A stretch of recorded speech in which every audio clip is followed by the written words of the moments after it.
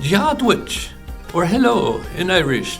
So it is good to see you today, said Mark. Today is the remembrance for the day of this great St. Patrick, who is the patron saint of Ireland. And it is also a feast day for both the Catholic and the Episcopal Church. The Methodist, we should not object to that either. Did you know that the great St. Patrick had the misfortune to be born an Englishman?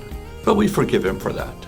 No one knows exactly the date of his birth or death, but it was in the 400s, a very long time ago, and there is not so much written history from that time.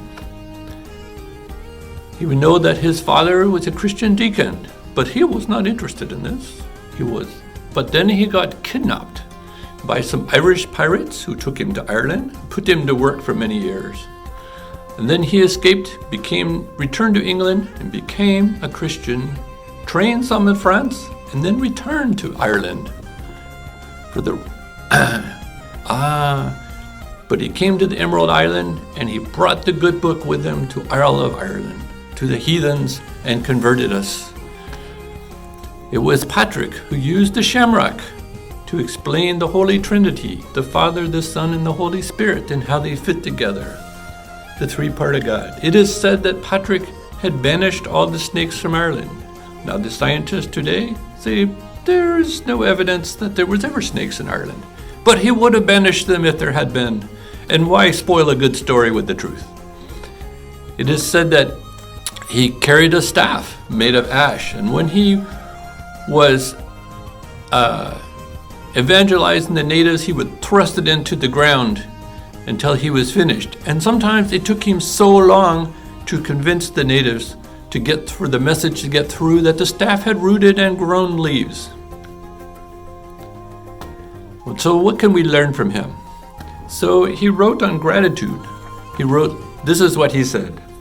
God came along, and with his power and compassion, he reached down and pulled me out, raised me up, and placed me on a wall. And because of this, I must proclaim my good news and pay God back in some way for all that he has done for me. So Patrick was not well educated, but he was well suited to the needs of the people. He protested against opposition. There was a time the British pirates attacked Ireland and took some captives. And he wrote this scathing letter to the Church of England saying, you need to banish these people from the church. But most of all, Patrick walked in the fruits of the Spirit. You remember the fruits of the Spirit? From Galatians 5:22, yes. They were love, joy, peace, patience, kindness, goodness, faithfulness, gentleness, and self-control. These are all aspects that we speak highly of St. Patrick that we may emulate. So today, celebrate the humble faith and the examples of the great St. Patrick.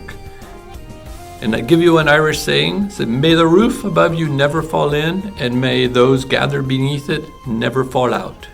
So go and live humbly and remember the example of St. Patrick on this day. See you around.